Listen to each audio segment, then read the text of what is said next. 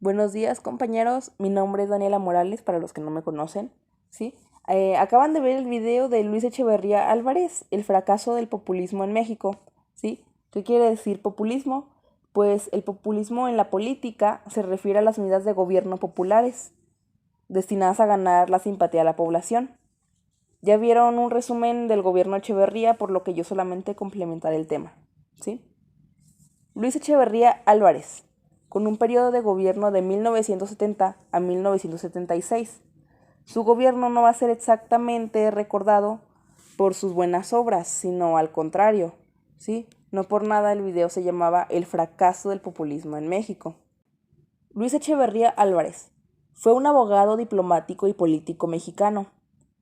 Admiraba la figura del presidente Lázaro Cárdenas.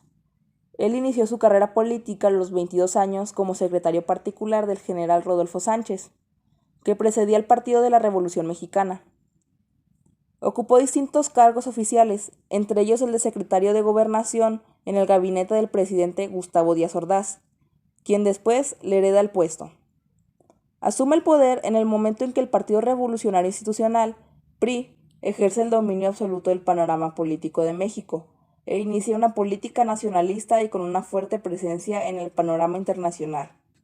Cabe recordar que el Partido de la Revolución Mexicana es el mismo que el Partido Revolucionario Institucional, el PRI. ¿Sí? El Partido de la Revolución Mexicana era el antiguo nombre del PRI. El 8 de noviembre de 1969 fue designado candidato a la presidencia de la República por el Partido Revolucionario Institucional, PRI. Tenía una ideología nacionalista, la cual se veía reflejada en la importancia que le daba a la explotación del petróleo, una ideología que se basaba en el popularismo político y en el uso de la monopolización del poder. Monopolización es acaparar, ¿sí? Por lo que él acaparaba el poder. Buscaba un retorno a los ideales cardenistas, ¿sí? Pues bien se sabía que el presidente Echeverría admiraba la figura del presidente Lázaro Cárdenas. Echeverría buscaba un cambio de rumbo para el país, un retorno a los ideales cardenistas, campesinos, justicieros de la Revolución Mexicana, etcétera, ¿no? ¿Qué quiere decir esto? Él buscaba un gobierno nacionalista que defendía la necesidad de un Estado fuerte, capaz de satisfacer las demandas populares. Y cabe mencionar que él fue el presidente número 70. Entonces van a copiar de aquí lo que mi firma les indique. Bueno, en todas las diapositivas, más bien, lo que mi firma les vaya indicando lo van copiando, ¿sí? Aportaciones. Logró crear el Instituto Mexicano de Comercio Exterior. Permitió el nacimiento de instituciones como la UAM, la Universidad Autónoma Metropolitana, fundada el 1 de enero de 1974. El CONACYT, Consejo Nacional de Ciencia y Tecnología, fundado el 29 de diciembre de 1970.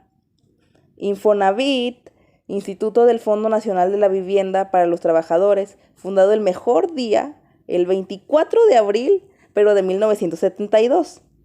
El FONACOT, Instituto del Fondo Nacional para el Consumo de los Trabajadores, fundado el 2 de mayo de 1974. Creó nuevas vías para el comercio, visitando países en América Latina, Japón, China, Francia y la Unión Soviética, entre otros. Redistribuyó grandes cantidades de terrenos entre campesinos. Mejoró y amplió los programas de vivienda, de seguridad social, transporte y de educación. Inició un programa nacional para poder reducir el crecimiento desproporcionado de la población. Defendió y preservó el patrimonio histórico del país, así como zonas arqueológicas y monumentos. Gobierno. Durante su gobierno logró aumentar la inversión pública e hizo posible que el diálogo entre el gobierno y la juventud fuera posible, así como el diálogo entre los campesinos y los obreros. Se encargó además de poder mejorar y reforzar la presencia de México como país en varios organismos de índole internacional. Luchó por repartir las tierras entre los campesinos. Logró mejorar la inversión pública aumentando al mismo tiempo la producción de petróleo. Mejoró la creación de energía eléctrica y pudo aumentar y mejorar la red vial, construyendo incluso aeropuertos nuevos. Desventajas de su gobierno. La elevada inflación, un menor crecimiento económico, la elevada deuda externa hasta límites inconcebibles. No solo consentía, sino que alentaba la inflación, con gran irresponsabilidad, que se desalentó toda inversión extranjera.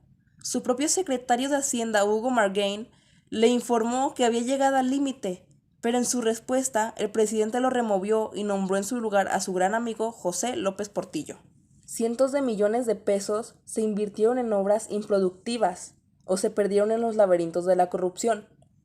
El impacto que tienen estos problemas en México es tan grande que van a causar una crisis económica. Modelo económico. Con el objetivo principal de poder mejorar y sanar la situación económica que atravesaba el país en la época, Echeverría decidió crear una comisión, la cual se llamó Comisión Nacional Tripartita, la cual estaba compuesta por un grupo de empresarios, por síndicos importantes y por funcionarios públicos. Sin embargo, debido a la crisis internacional que existía debido a la falta de petróleo, el gasto público se vio incrementado notablemente y posteriormente se emitió papel moneda que no tenía ningún valor, provocando de esta manera la primera crisis en la economía mexicana. Durante su gobierno, el tipo de cambio fijo que había ya sido establecido fue abandonado y la deuda externa aumentó de forma considerable. A pesar de sus esfuerzos, la inflación del país aumentó de forma considerable y se dio la devaluación del peso ante el dólar. Problemas de Echeverría. Si bien los problemas que tiene Echeverría en su gobierno son bastante grandes, que lo hunden poco a poco, tuvo más problemas que lo fueron hundiendo más, pero estos por el descontento del pueblo. Fue acusado del movimiento estudiantil de 1968, también conocido como la Matanza de Tlatelolco. ¿Qué fue el movimiento estudiantil del 68? Fue cuando elementos del Batallón Olimpia dispararon a centenares de estudiantes reunidos en la plaza de Tlatelolco, que protestaban contra la falta de libertad en la Ciudad de México y demandaban mayores garantías políticas. ¿Qué tiene que ver Echeverría con esto si fue en el 68 y él comenzó su periodo de gobierno hasta 1970? Pues se acusó a Echeverría de haber sido él quien dio las órdenes al Batallón Olimpia de disparar a los estudiantes. Echeverría siempre lo negó, asegurando que el ejército había recibido instrucciones directas del presidente de la República, Díaz Ordaz. Echeverría buscó incorporar al sistema a los agraviados del 68. Muchos maestros, escritores e intelectuales se integraron a su gabinete o a los organismos públicos del Estado y se convirtieron en ideólogos y defensores de su régimen. Pero también muchos rechazaron los privilegios y empleos y se unieron a las guerrillas rurales y urbanas. Contra ellos se desató la llamada Guerra Sucia. La Guerra Sucia es el término que se ha utilizado en distintos contextos para indicar situaciones de intervención del ejército, paramilitares y terroristas en la cual se enfrentan contra grupos políticos, disidentes y opositores en un país determinado. ¿Qué son los paramilitares? Pues se denominan las organizaciones particulares que tienen una función igual a las de un ejército, pero que no forman parte de manera formal a las fuerzas militares. El halconazo. En 1971 se liberó a algunos de los líderes estudiantiles y se organizó una marcha el 10 de junio para demostrar que seguían en pie de lucha. Todo terminó con la infiltración de paramilitares, los halcones, que atacaron a los estudiantes y provocaron la matanza del Jueves de Corpus. El gobierno de Echeverría se deslindó de los derechos y prometió una investigación que nunca llegó.